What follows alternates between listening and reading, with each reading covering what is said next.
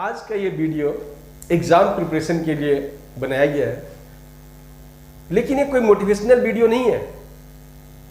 ध्यान रखेंगे, अक्सर आजकल क्या आ रहा है, मोटिवेशनल वीडियो आ रहा है, आप ये करें वो करें, बच्चे पजल हो जाते हैं, परेशान हो जाते हैं, बोरिंग लेक्चर होती है, एक ही लेक्चर रिपीट की जाती है।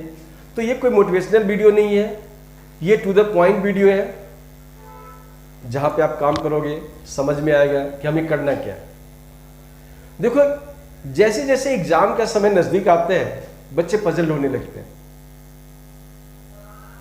सोचने लगते हैं क्या पढ़ें, किन चीजों को पढ़ें, कैसे पढ़ें। लेकिन सोचने से कुछ नहीं होता है। क्या होगा, जब आप उसकी रूपरेखा बनाकर उस पर काम करोगे, तभी जाकर के आपको उसका बेनिफिट मिलेगा। और जो मैं आज बताने जा रहा हूं, कुछ टिप्स बताने जा रहा हूं, मैं कोई मोटिवेट नहीं करने जा रहा हूं आपको, मैं केवल कुछ टिप्स बताने जा रहा हूं। और इवन मैं ये कहूंगा आप उस टिप्स को नोट भी करते जाना, ताकि बार बार वीडियो देखने की जरूरत नहीं पड़ेगी। आप उस टिप्स को नोट करना और उस टिप्स पर अमल करना, उसे फॉलो करना, और देखना 15 से 20 दिन के अंदर अगर आप खुद चेक करोगे तो आपको लगेगा कि हाँ, हमारे बहुत सुधार हुआ है। और मैं 100% दावा करता हूं कि सुधार होगा। तो आज का जो सब्जेक्ट है, जिस पर मैं आज आपको कुछ टिप्स देने जा रहा हूं, वो है मैथमेटिक्स। जैसा कि आप जानते हैं, मैथमेटिक्स अक्सर स्टूडेंट्स को परेशान करता है। इवन कि कई बार आपने अगर टीवी शोज देखा होगा, तो उसमें सेलिब्रिटीज वगैरह आते हैं और कई इस तरह की बातें होती है, तो सबसे पहले कहते हैं यार मैथमेटिक्स, इसे तो मैं दूर भागता था। तो आखिर में केवल आपके लिए प्रॉब्लम नहीं है, सभी के लिए प्रॉब्लम है। तो इस प्रॉब्लम को हम कैसे खत्म कर सके, कैसे इस प्रॉब्लम पर हम विजय पा सके, इसके लिए कुछ टिप्स दिया जा रहा है। तो सबसे पहले मैं बात करूंगा कि जब आप मैथमेटिक्स की बात करते हैं तो हमें पढ़ना क्या चाहिए। फर्स्ट पॉइंट ध्यान रखेंगे, मैं फर्स्ट पॉइंट की बात कर रहा हूं। फर्स्ट पॉइंट है कि मैथमेटिक्स में हमें पढ़ना क्या चाहिए। तो देखो, सीबीएसई बोर्ड के लिए बहुत सिंपल सी बात है कि आपने NCERT text book and NCERT exemplar करना है। फिर से मैं बता रहा हूं कि आपने NCERT text book and NCERT exemplar करना है, उनके एग्जाम्पल्स करने हैं, एक्सरसाइज के क्वेश्चंस करने हैं। हाँ, एक और बता दूं मैं, इस समय बच्चे पजल ढूंढने लगते हैं कि बोर्ड आ गया है या कोई एग्जाम नजदीक आ गया है, तो आर डी शर्मा कर लेते हैं, आर एस अग्रवाल कर लेते हैं, अदर रेफरेंस बुक कर लेते हैं। नहीं, बिल्कुल उसकी जरूरत नहीं है। सफिशिएंट है NCERT text book, NCERT exemplar sufficient है। और साथ साथ अगर आपने कुछ करना ही है एक्स्ट्रा, तो आपके स्कूल टीचर्स, आपके इंस्टीट्यूट के टीचर्स असाइनमेंट देते होंगे, आप उसे कर लो। बहुत होता है, बहुत है, इससे ज्यादा जरूरत नहीं होती है। अगर अच्छे नंबर लाना है तो इन्हीं बातों पर फोकस करें। अब फोकस करने के लिए जब मैं कुछ बता रहा हूं, जो टिप्स है, वो पहला टिप्स क्या है जो मैंने भी बताया आपको कि बुक से करना है। अब दूसरा टिप्स क्या है, देखिए दूसरे टिप्स की जब मैं बात करता हूं तो बहुत ही सिंपल चीज है, वो है क्वेश्चन को डिफरेंट ग्रेड में डिवाइड करना। क्वेश्चंस को डिफरेंट ग्रेड में डिवाइड करना। अब डिफरेंट ग्रेड का मतलब क्या हो गया, जब किसी क्वेश्चन को आप सॉल्व करने लगते हो तो क्या लगता है, यार ये बहुत आसान है, एक बार में सॉल्व हो गया, बहुत अच्छी बात है। जो क्वेश्चन एक बार में सॉल्व हो जाए, जो एग्जाम्पल एक बार में समझ में आ जाए, तो बहुत अच्छी बात है। तो उस क्वेश्चन पर हमें कुछ नहीं करना है। नेक्स्ट जो क्वेश्चन कुछ ऐसे होते हैं, एक बार सॉल्व किया, कुछ गलती हो गई, दोबारा सॉल्व किया, सही हो गया, या तीसरी बार किया, सॉल्व हो गया। लेकिन एक चीज का ध्यान रखना, क्वेश्चन मैथमेटिक्स का अगर एक बार में सॉल्व नहीं हो तो उसको छोड़ना मत। हमारी बेस कमजोर क्यों हो जाती है, यही वजह है।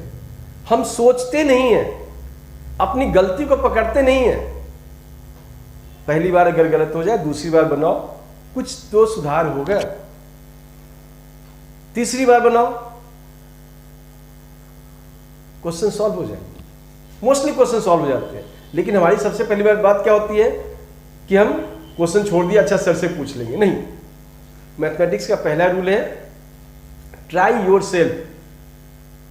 कैलकुलेशन पावर बढ़ेगी, स्पीड बढ़ेगा, दोनों फायदा होता है इससे, और क्वेश्चन भी सॉल्व हो जाते हैं। तो पहला क्वेश्चन जो सॉल्व हो गया, इजली उसकी बात नहीं किया हमने। जो दूसरा क्वेश्चन आपके फर्स्ट या सेकंड अटेम्प्ट में सॉल्व हो गया, उसकी हम बात करेंगे। कई क्वेश्चंस क्या होते हैं कि हम समझ तो रहे हैं कि बनेगा कैसे। जो थर्ड टाइप का क्वेश्चन है मैं उसकी बात कर रहा हूं, समझ तो रहे कि बनेगा कैसे, लेकिन या तो बीच में रुक जाते हैं या लास्ट क्लास तक जाके कहीं गलती कर जाते हैं, वो सॉल्व नहीं होते हैं। और एक चौथा टाइप का है जो क्वेश्चन पढ़ने के बाद समझ में ही नहीं आते हैं। तो देखो 4 तरह के क्वेश्चन हो गए। एक पहला जो इजिली सॉल्व हो गया, दूसरा जो फर्स्ट या सेकंड अटेम्प्ट में नहीं हो गया, थर्ड अटेम्प्ट में ले गया लेकिन सॉल्व हो गया, तीसरा जो समझ में तो आ रहा है कि ऐसे करना है लेकिन वो सॉल्व नहीं हो पा रहा है, मतलब थोड़ी बहुत उसकी जानकारी हमें है, और चौथा जो पढ़ने के बाद भी समझ में नहीं आ रहा है। तो जब आप कोई भी चैप्टर शुरू करो तो एक सीट लेकर साथ में बैठा करो, अलग से ब्लैंक सीट हो, उस पर चैप्टर का नाम लिखो, चैप्टर का जो टॉपिक है उस टॉपिक का नाम लिखिए, और उसमें कॉलम बनाओ। 3 कॉलम की मैं बात करूंगा, ABC कॉलम की बात करूंगा। जो सेकेंड टाइप का था, जो 2 बार में सॉल्व हुआ या 3 बार में सॉल्व हुआ। थर्ड टाइप का है जो समझ में तो आ रहा है लेकिन सॉल्व नहीं हो पा रहा है, उसको B कैटेगरी नाम दे दो। पहले को एक कैटेगरी, दूसरे को B कैटेगरी, और जो क्वेश्चन समझ में नहीं आ रहा है उसे C कैटेगरी नाम दे दो। तो आपने 3 कॉलम बनाने हैं, हर चैप्टर में 3 कॉलम बनाने हैं। और जब जब आप क्वेश्चन सॉल्व करते जाओ तो उस क्वेश्चन का नंबर, अगर वो सिंपली सॉल्व हो गया तो उस पर कोई हेडेक लेने की जरूरत नहीं, ना लिखने की जरूरत है। लेकिन जो क्वेश्चन आपको ABC ग्रुप में रखना है, दैट मीन्स कि फर्स्ट अटेम्प्ट या सेकेंड अटेम्प्ट में सॉल्व नहीं होकर थर्ड अटेम्प्ट तक ले गया, वो A ग्रुप। जो क्वेश्चन समझ में आ रहा है लेकिन सॉल्व नहीं हो रहा, B ग्रुप। और जो क्वेश्चन समझ में नहीं आ रहा है, रीड करने से समझ नहीं आ रहा, वो C ग्रुप। तो जैसे जैसे आप सॉल्व करना शुरू करते हैं तो आप इस क्वेश्चन की ग्रुपिंग करते जाओ। ये क्वेश्चन कौन से ग्रुप में आ रहा है, ये क्वेश्चन कौन से ग्रुप में आ रहा है। इस तरह से एक समराइज्ड वे में, अक्सर टीचर कहते हैं क्या है, बुक में ही निशान लगा लो, ऐसे सर्कल बना लो, ऐसे स्टार्ट दे दो। लेकिन मान लो अगली बार आपने सॉल्व किया और वो सॉल्व हो गया, तो कौन सा स्टार दोगे उस पर? किताब को गंदा करेंगे? अब आपको ढूंढना पड़ेगा कि मुझे कौन सा क्वेश्चन नहीं आया था। लेकिन जब ये सीट बनी रहेगी और इस सीट को आप चैप्टर के फ्रंट पेज पर पेस्ट कर दो, तो जैसे आप कभी चैप्टर खोलोगे आपको लगेगा कि अच्छा ये क्वेश्चन तो मेरा प्रॉब्लम क्या था, ये क्वेश्चन मेरे 2 अटेम्प्ट में बने थे, ये क्वेश्चन समझ में आ रहा था लेकिन बना नहीं था, और ये क्वेश्चन तो समझ में नहीं आता है। आपको उस चैप्टर को खोलते के साथ वो सीट सामने नजर आएगी, तब आपका फोकस इन्हीं क्वेश्चंस पर होगा जब आप दोबारा इस चैप्टर को ट्राई करोगे। या कभी स्कूल में जाते हो, इंस्टीट्यूट जाते हो, आप टीचर से पूछते हो, आपने वो चैप्टर निकाला, उसके आगे इंडेक्स आपके बने हुए हैं, आपने कहा सर ये थोड़ा सा हिंट दे दो, या ये मैंने किया थोड़ा बड़ी गलती बता दो, या ये क्वेश्चन मेरे समझ में नहीं आ रहा है, तो आपके लिए एक समराइज्ड फॉर्म होगा। और जो क्वेश्चन में प्रॉब्लम हो रही है उसकी डिस्कशन टीचर से करें। बहुत कम क्वेश्चंस होते हैं ऐसे, मुश्किल से 20 से 30% ऐसे क्वेश्चंस होते हैं जो आपको इस तरह का प्रॉब्लम्स क्रिएट करते हैं। तो आप टीचर से बात करें, उनसे पूछें और उसे घर पर आकर बनाओ।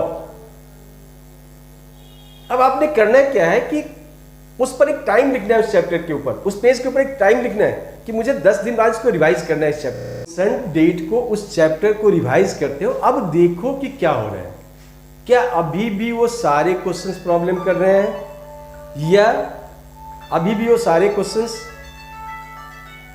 प्रॉब्लम कर रहे हैं, या उसमें से कुछ क्वेश्चंस बनने लगा है। जो क्वेश्चन बनने लगा है उसको क्रॉस कर दो, एक नया शीट तैयार कर लो। और इस तरह से आप जब 2 से 3 बार सॉल्व करोगे ना, तो क्वेश्चंस की संख्या कम हो जाएगी, आपको लगने लगेगा कि अच्छा अब तो मुझे ये आता है, इस चैप्टर में मेरे लिए अब 2-4 क्वेश्चन ही प्रॉब्लम रह गया, या 1-2 रह गया, या कोई भी नहीं रह गया, तो ये काफी इजी हो जाता है आपके लिए उस चैप्टर को रिवीजन करना कि मुझे किन किन क्वेश्चंस पर फोकस करना था। क्योंकि आपके सामने शीट लगा होते हैं, तो जब भी कभी आप नए समय में उसको रिवीजन करते हो तो उन क्वेश्चंस पर थोड़ा सा ज्यादा फोकस कर देते हैं कि अच्छा क्वेश्चन बना था, नहीं बना था, कैसे बना था। एक अंत में और बात बताना चाहूंगा कि आजकल का पैटर्न चेंज हो गया है। आजकल के पैटर्न में एमसीक्यू आने लगे हैं, शॉर्ट आंसर्स आने लगा है। तो इसके लिए क्या करें? मैथमेटिक्स में इसके लिए मैं आपको सिंपल बताऊंगी कि आप इसके लिए सैंपल पेपर का हेल्प लो। अगर आपके टीचर्स इस तरह का असाइनमेंट देते हो तो उसको तो कर ही रहे हो आप, कुछ सैंपल पेपर्स का भी हेल्प लो। लेकिन ध्यान रखना, कुछ सैंपल पेपर्स ऐसे होते हैं जो केवल पेपर की तरह होते हैं। 10 पेपर दे दिया सॉल्व, 10 पेपर दे दिया अनसॉल्व, इस तरह के कुछ पेपर्स बने होते हैं। देखो उसका बहुत बड़ा फायदा नहीं होता है।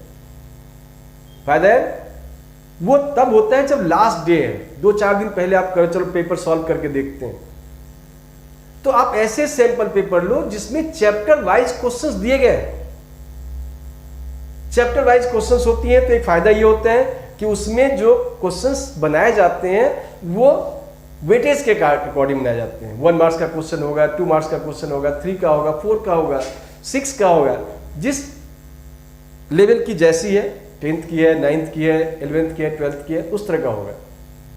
तो ये एक बेनिफिट होते हैं खास करके शॉर्ट आंसर क्वेश्चंस के लिए, क्योंकि एनसीईआरटी में टेक्स्ट बुक में शॉर्ट क्वेश्चन नहीं है। हाँ, एग्जाम्पलर में शॉर्ट क्वेश्चन जोड़े हैं, एमसीक्यूज भी एग्जाम्पलर में दिए गए हैं, लेकिन साथ साथ आपने इस तरह के सैंपल पेपर्स का भी यूज करना है।